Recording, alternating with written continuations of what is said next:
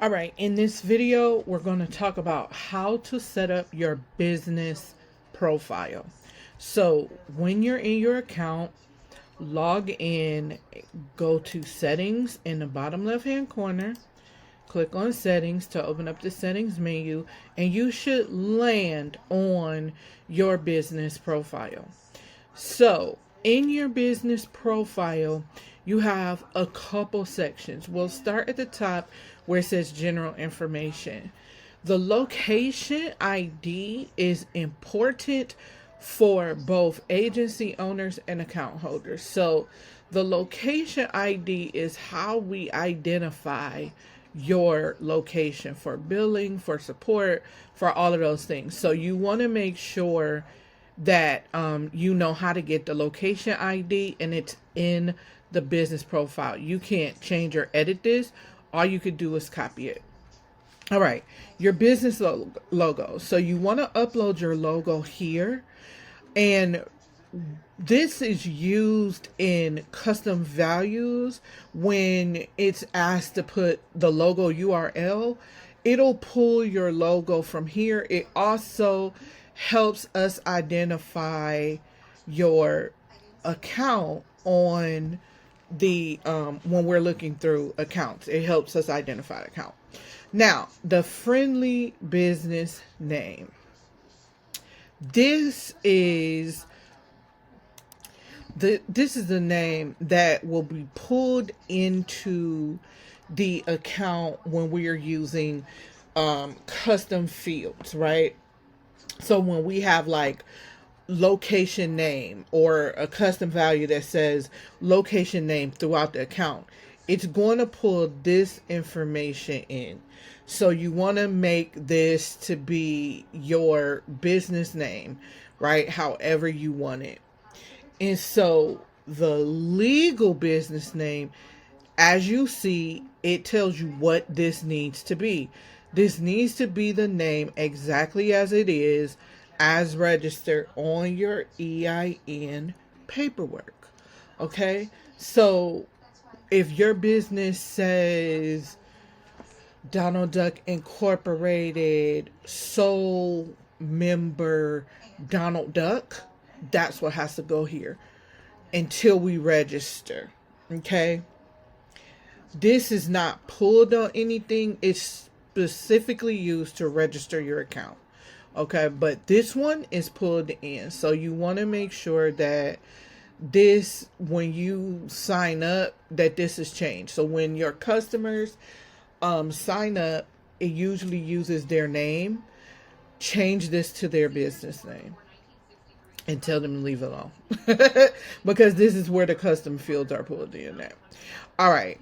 The business email. This will be your business support email because, again, it's pulled in using custom values. So when it says location email, this is what's used, right?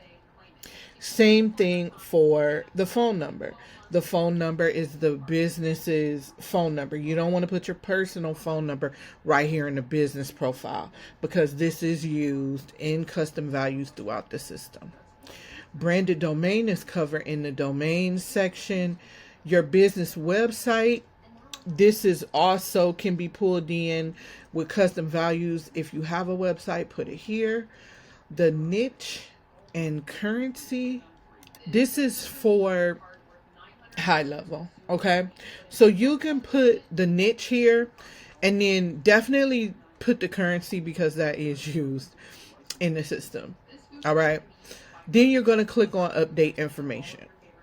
Next, this is the information from your EIN paperwork. So you're going to pick the business type.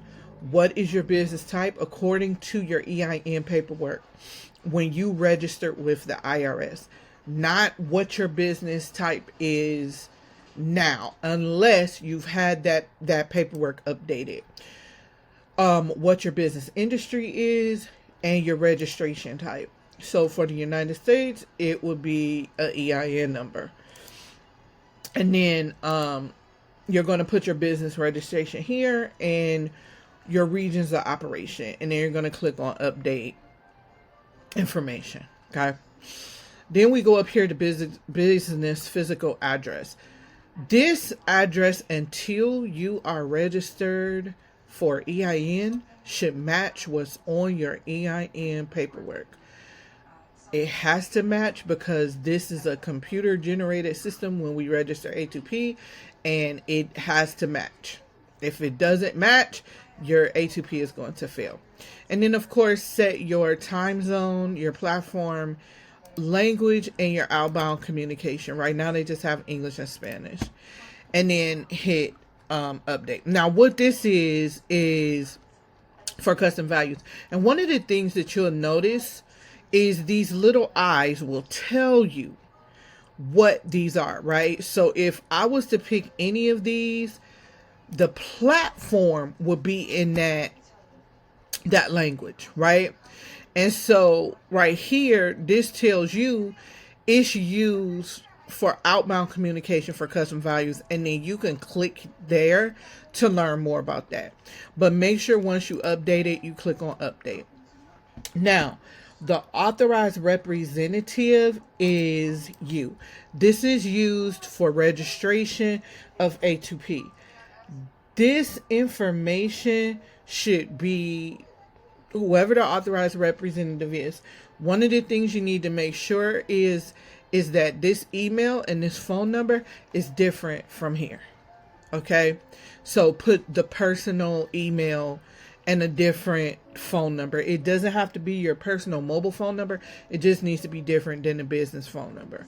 And then hit update information.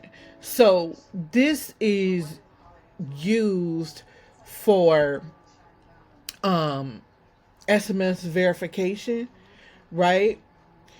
Also it's used for updating the A2P. All right, so one of the things that you should definitely turn on is merge Facebook contacts by name, right? Ooh, click it. So that it connects anyone who comes through Facebook. A couple things. If you disable the contact time zone, your calendars will set appointments that's not available for them. So you don't want to really do that. Also, if you click here, this will tell you whether or not these things will generate a fee, right? So right here, this bot detection, I turn this on because I wanted to detect bots, right? I want real statistics. Then verified. Now this is huge. See, if they turn this verification on, it's going to charge them per verification. And if you have rebilling on, it'll show what that rebilling amount is right here. So if they turn this on, it's going to charge them per email. Now, one of the things about this is if they get more than one bounce warning, High Level will automatically turn this on for them.